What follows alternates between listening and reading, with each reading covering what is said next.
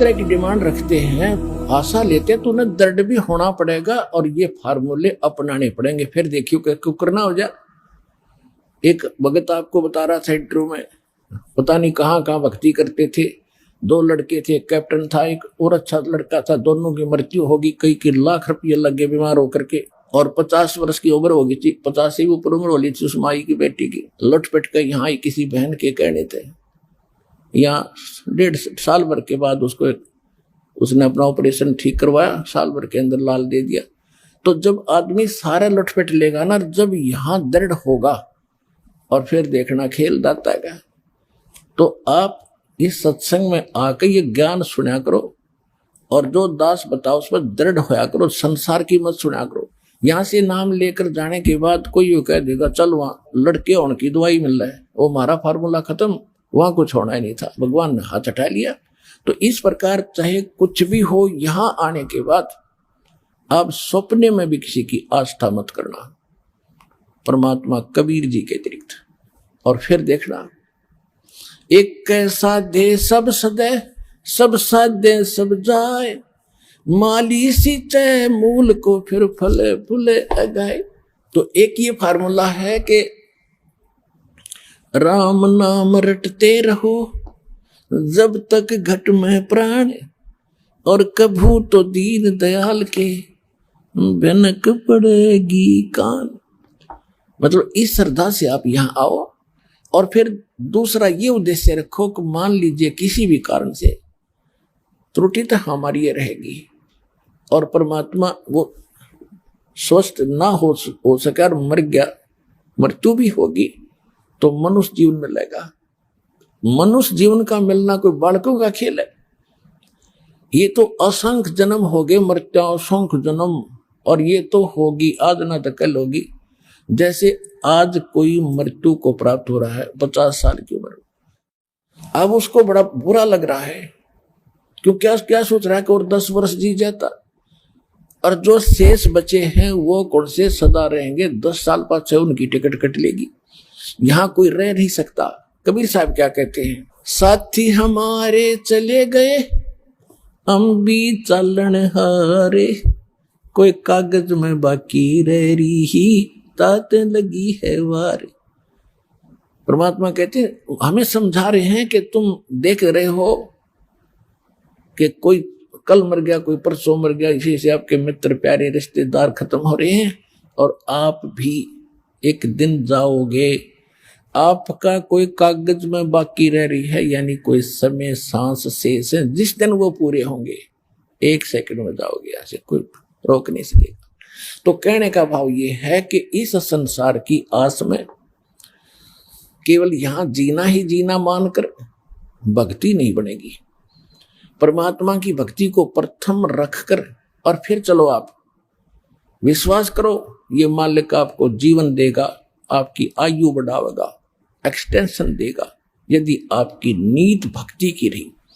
दूसरी बात ये होती है, जैसे परमात्मा को तो हमारे आने वाले समय का खूब पता है।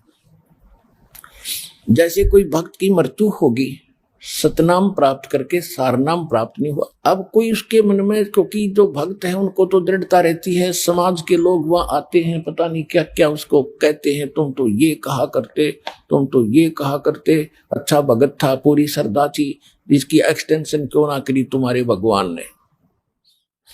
तो पुण्यात्मा विचलित ना होना। आपको उदाहरण देता हूं कि उस भगत के कुछ आगे चल के ऐसे कुसंस्कार होते हैं कि सार नाम प्राप्त करके भी उसमें कोई दिक्कत आ जानी थी, और उसमें फिर ये नहीं सफल हो सका था, तो इसलिए उसका उसी समय परमात्मा ने अपनी कृपा से ही उसका अंत करके दोबारा जीवन देते हैं और फिर नए सिरे से उसको पार करते हैं। अब तो ये भक्ति युग शुरू हो गया, हजारों वर्ष ये चलेगा, अब तो कोई धोखा है नहीं, मोक्ष नहीं, मृत्यु होगी तुरंत मनुष्य जीवन 10वें महीने आ लेगा। यहाँ पर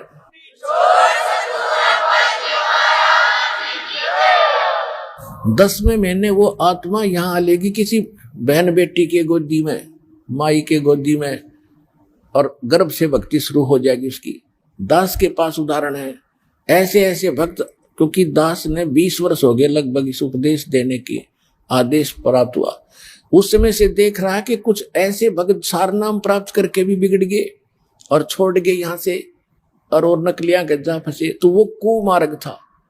तो इससे पहले अगर वो पहले मर जाते वो अच्छा था इस नाशकरण पे भक्ति का। तो परमात्मा अपने भक्त हंस के लिए जो ऑपरेशन आवश्यक होगा वो अवश्य करेगा। जैसे किसी को रोग है और उसकी टांग कटनी है और टांग ना कटी तो उसकी जीवन नाश होना है, तो डॉक्टर सलाह देगा कि टांग काटनी पड़ेगी तो जीवन रक्षा चाहता है।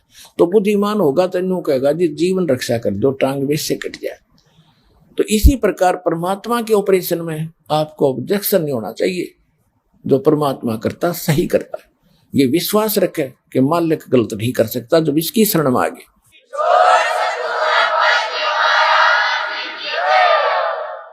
जैसे एक डॉक्टर के पास आप पहुंच के तो वहां डॉक्टर की चलनी चाहिए, मरीज की नहीं। जब मरीज चला होगा तो ऑपरेशन फेल हो जाएगा और वो जीवन अपना हाथ धो बैठेगा। तो इसी प्रकार जैसे आप देखते हो बिल्ली जो होती है एक घर में बच्चे पैदा करती है और तीसरे दिन उनको मुख से उठा उठा सारी रात दूसरे घर में ले जाती है। क्यों ले जाती है? कि उसको पता है कि कहीं यहाँ कुत्ते कातों को पता ना लग जाए, तेरे बच्चों का यहाँ पता लगा इतने दूसरे में रखाऊंगी। और जब वो उठाकर चलती है उन बच्चों को अपने मुख से पकड़ती है। कितने पैने दांतरे होते हैं, दांत होते हैं बिल्ली के, और वो बच्चों को बीच से पकड़ कर चलती है। वो बच्चे चू भी नहीं करते। क्यों नहीं करते? क्योंकि हम उनको दर्द होता है, उनको मालूम है हमारी माँ पकड़ रही है और इसी से दर्द हो रहा। हमारे को ये कोई विशेष खास बात है, हमें कोई खतरा है, उससे बचाने के लिए ले जा रही है। तो वो पशु भी इतना महसूस करते हैं, वो भी हाय हाय ना करते और चुपचाप बेचारे नो हो जाते, नो सुकड़ जाते हैं और वो पकड़ के ले जाती है और बिल्कुल नहीं बोलते। उनको मालूम है जब शोर कर दिया तो कुछ पहचान ले, कुत्ता आ जाएगा हमें खा जाएगा, तो चुपचाप उस दर्द को सहन करके सुरक्षित हो जाते। तो इसी प्रकार समझ लेना परमात्मा थोड़ी बहुत यहाँ आकर भी आपको कोई पीड़ा है तो आपके हित में है, आप उसमें बिरडाना नहीं। कई तनों को 4 बार आ लिया जी, अरे 4 बार में कला टूट गया, सारी उम्र आना है तेने तो यहाँ पर। अगर 4 अपन में थक लिया तीसरी तेरे को लाभ होगा, फिर फायदा क्या होगा इसका? तो पुण्यात्मा इनको याद रखना है। कहते राज्य क्रमता राम की रजा धरे सो शीस, दास गरीब दरस परस तिन बैठे जगदीश। इस परमात्मा की रजा में रहना और देखना, फिर ठाठ आपके 101 पीढ़ी का कल्याण होगा। या कोई डूम भाट के गीत नहीं है।